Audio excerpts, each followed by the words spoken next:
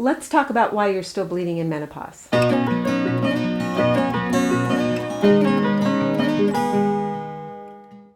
There are three main reasons why you're still having what looks like periods in menopause. First, your progesterone levels are too low.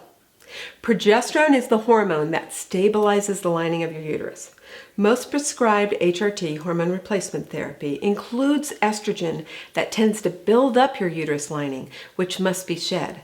This results in spotting, meaning you see blood every time you go to the bathroom, but not enough to wear sanitary protection, or full breakthrough bleeding, which is heavy enough to have to wear a pad or a tampon. Now, most women are given progesterone with estrogen for hormone replacement, preferably bioidentical hormones, but at least a synthetic progestin to counterbalance the synthetic estrogen. When your estrogen levels are out of balance with your progesterone levels, your uterine lining, called the endometrium, builds up to the point that it needs to shed, resulting in spotting or even what looks like full-blown period. This is called estrogen dominance and can be dangerous. Why? Because too much uterine lining built up can lead to endometrial hyperplasia and possibly endometrial cancer. So how do you know if you have endometrial hyperplasia? You need to get a pelvic ultrasound that measures the endometrial thickness. In postmenopausal women, the endometrium should not be wider than 4 millimeters. That's only less than half an inch. Stay tuned for my video on how to treat bleeding in menopause, where I explain what to do for a thick endometrium. Second reason you're bleeding in menopause is that your estrogen level is too low. Wait, if too high estrogen compared to progesterone causes bleeding, then how can too low estrogen cause bleeding? Remember, estrogen makes your tissues lush and healthy, including the lining of your uterus. Too much can be a problem, but too little estrogen is also an issue. That's because too little estrogen causes the lining of your uterus, your endometrium, to be fragile. You tend to bleed after intercourse or whenever you engage in vigorous activities that include bouncing, which causes that fragile lining to get knocked off, resulting in bleeding. It's usually not a lot of blood, but it can be persistent. Again, you may need a pelvic ultrasound. If you've never had a pelvic ultrasound, it's really a piece of cake. Very safe, and lots of great information is derived about the health of your reproductive organs. First, you will need to have a full bladder, which is the worst part of the exam. Holding all that urine as a menopausal woman, well, if you're like me, you just don't have the bladder capacity anymore. But otherwise, it's really easy.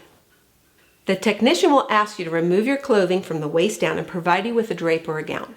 You'll lay down flat on your back, and the technician will put gel on your lower stomach and place the probe directly on your skin to visualize your pelvic organs. If the technician cannot visualize everything well enough, then she will have you go to the bathroom and empty your bladder before doing what's called a transvaginal ultrasound. That's a special ultrasound probe is placed in your vagina to better assess your uterus, your ovaries, and your endometrium. It's not uncomfortable and really kind of interesting getting to see your own reproductive organs on the screen. If your lining is fragile and thin, kind of like your vagina gets without enough estrogen, then you will need to increase your dose of estrogen replacement. And to prevent overbuildup of your uterine lining, you may need a bit more progesterone to counterbalance your estrogen. The third reason you're still bleeding in menopause is that you're not yet fully menopausal.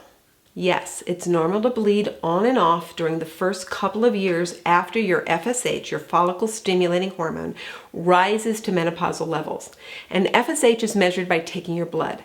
A level over 30 means you're in menopause, but you may not be done.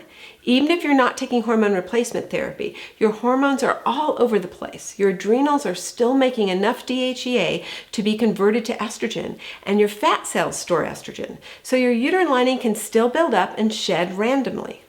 And some women are given enough HRT, hormone replacement therapy, to cause cyclic bleeding.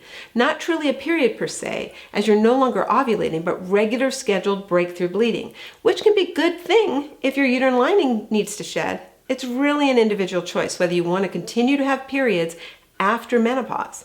Not all women do, but some women feel better having a monthly bleed. So many choices you have to face in menopause. Did you know that our Hormone Reboot training gives you access to a free private hormone support group? Yes, I'm in there answering all your questions live. Just sign up and let's chat. Now, if your bleeding seems excessive or persists, or you really don't want periods while taking hormone replacement therapy, then you may need to talk to your healthcare provider to adjust your dose. It takes time to get it right though, so be patient. And remember, if you get really stressed out, your progesterone gets used to make stress hormones rather than protect your uterine lining. So just like a stressed out bride who gets an unexpected period on her wedding day, you might be bleeding due to stress. More progesterone when you're under a lot of stress can prevent breakthrough bleeding. If this was helpful, please comment below. I'll be sure to answer.